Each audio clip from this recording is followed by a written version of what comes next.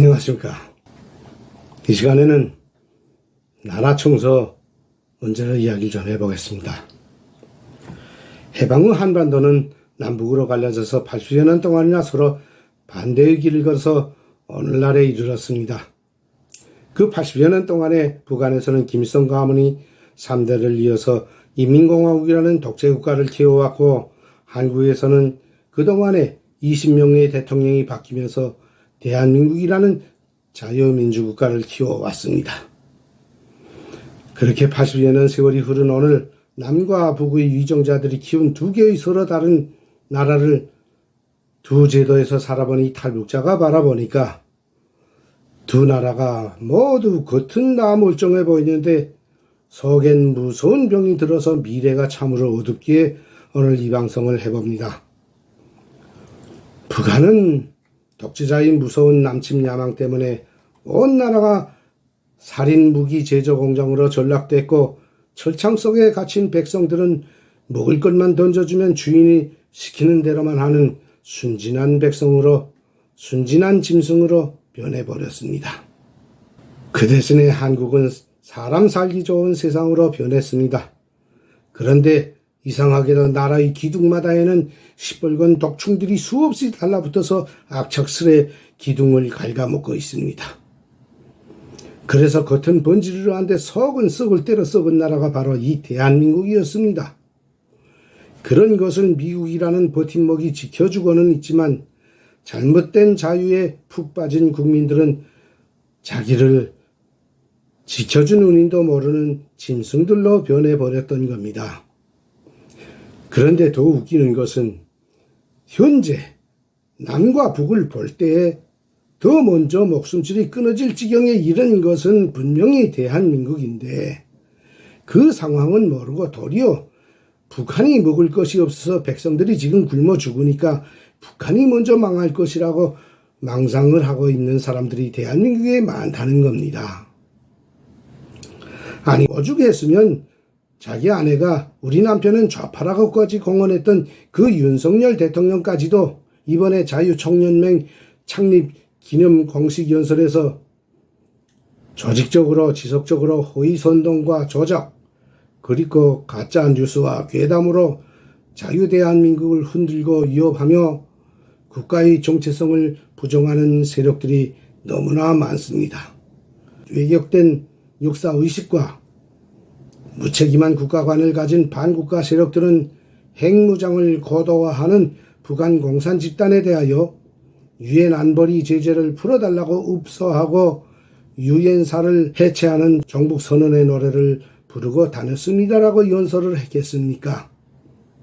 지난 80여 년 동안 한국 사람들은 미국의 보호 속에서 오직 자기들이 배불리 먹고 살아갈 돈벌이만 꾸준히 해왔을 뿐, 북중의 사상적 침투로부터 나라를 지키기 위한 일은 전혀 하지 않았습니다.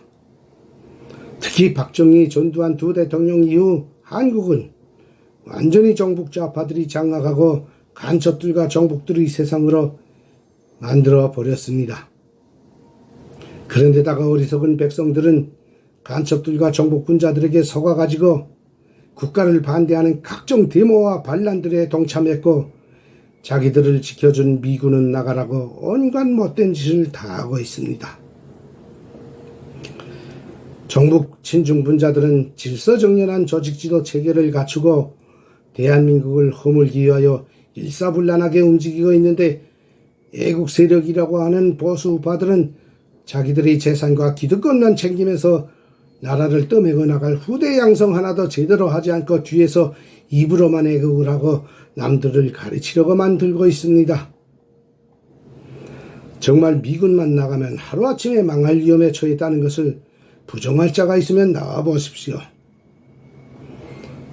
요즘 들어 한국의 무기 성능이 아주 좋다고 마치도 북한과의 전쟁에서 이기라도 한 것처럼 기거만장하는 인간들이 있는데, 아니 그 무기를 가진 군의 정신 상태와 기강이 무너졌고, 또 그 군대를 지휘할 장교들 중에는 친중 정복분자들이 한둘이 아니라는 걸 정말 모른단 말입니까? 지금 윤석열 대통령이 대북 강경 정책을 펴고 한미일 관계를 잘 해나가는 것 같으니까 마치 북중의 위협이 사라지기라도 한 듯이 만세를 부르는 어리석은 인간들은 명심해야 합니다. 한마디로 정신을 차려야 합니다. 아무리 윤석열이가 잘한다고 해도 대한민국은 윤석열 혼자서 지킬 수도 없거니와 지금처럼 밖으로만 나돌아가지고서는 아무것도 변화시킬 수가 없습니다. 지금 한국을 위협하는 최고의 무서운 적은 북한의 핵무기도 장거리 미사일도 아닙니다. 바로 한국을 깔고 앉은 간첩들과 정북 친중 세력들임을 모른다면 그 인간은 국민 자격도 대통령 자격도 없는 무식한 인간입니다.